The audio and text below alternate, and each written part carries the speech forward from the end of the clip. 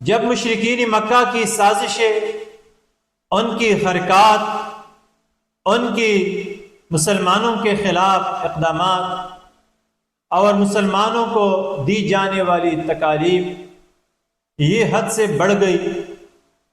اور مسلمانوں کی وجود کو خطرہ لاحق ہو گیا،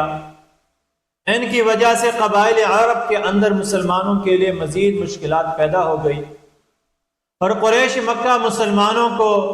عرب کے اندر دعوت دین، تبلیغ اسلام کے لیے چھوڑنے والے نہیں تھے، مسلمانوں کو امن و سکون کے ساتھ جینے والے نہیں تھے۔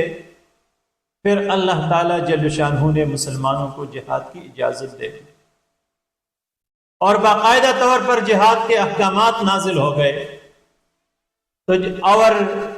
جلد ہی جہاد مسلمانوں کے اوپر فرض کی گئی،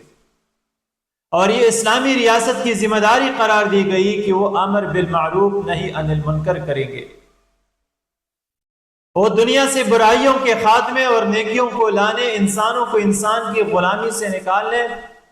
اور اللہ تعالیٰ کا بندہ بنانے کے لیے بھیجے گئے ہیں، اور اسلامی ریاست کی یہ ذمہ داری ہے۔ اقامت صلاۃ اور زکوٰۃ کا نظام کے قیام یہ اسلامی ریاست کی ذمہ داری ہے۔ بالآخر مسلمانوں نے بھی مشرکین مکہ کی ان حرکات کی وجہ سے، ان کی سازشوں کی وجہ سے اعلان جنگ کر دی۔